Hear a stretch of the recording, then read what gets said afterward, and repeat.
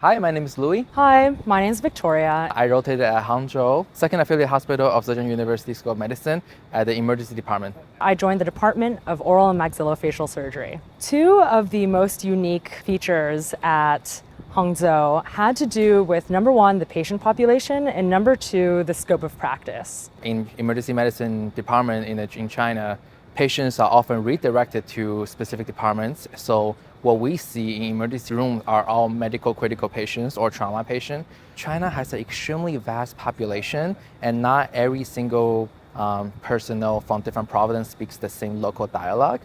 So I had the opportunity to work with a very elderly female who only speaks a very local dialect that is not from the Zhejiang province. And that is critical to emergency medicine in the United States as well, because we also deal with patients coming from different cultural backgrounds, speaking different languages. So these type of challenges is something that we face mutually. So in China, there's a high incidence of cigarette smoking, of betel nut chewing, and also of alcohol consumption.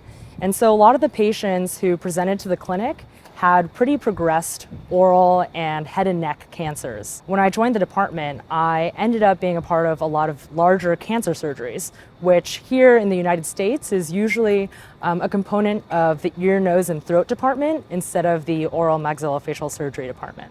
China actually has an extremely vast and very consolidated EMS system, pre-hospital care.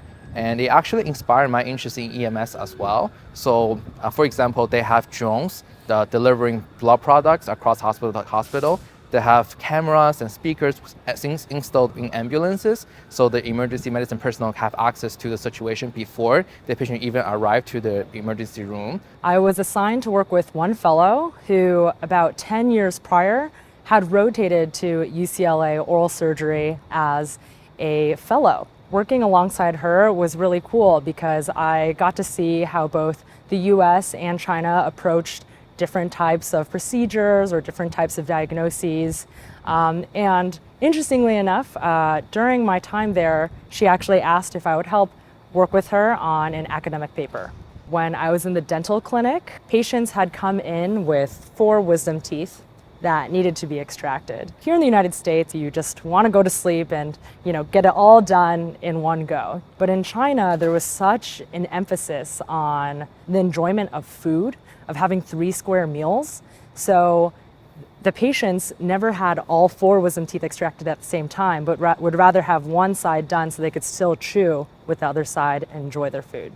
Something that I look forward to bringing to my future patients is definitely more cultural sensitivity to what they observe and how they value different things in their lives, whether that's food or family. I was actually raised up in Hangzhou, China.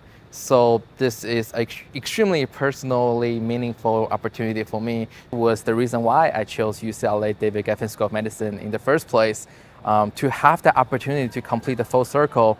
To go back to the site where I used to grow up and receive medical care is extremely honoring. I would like to thank DGSOM and the Global Health Program for allowing me to partake in this experience. I just want to thank David Geffen School of Medicine at UCLA, as well as the Global Health Program, to provide me with this amazing opportunity.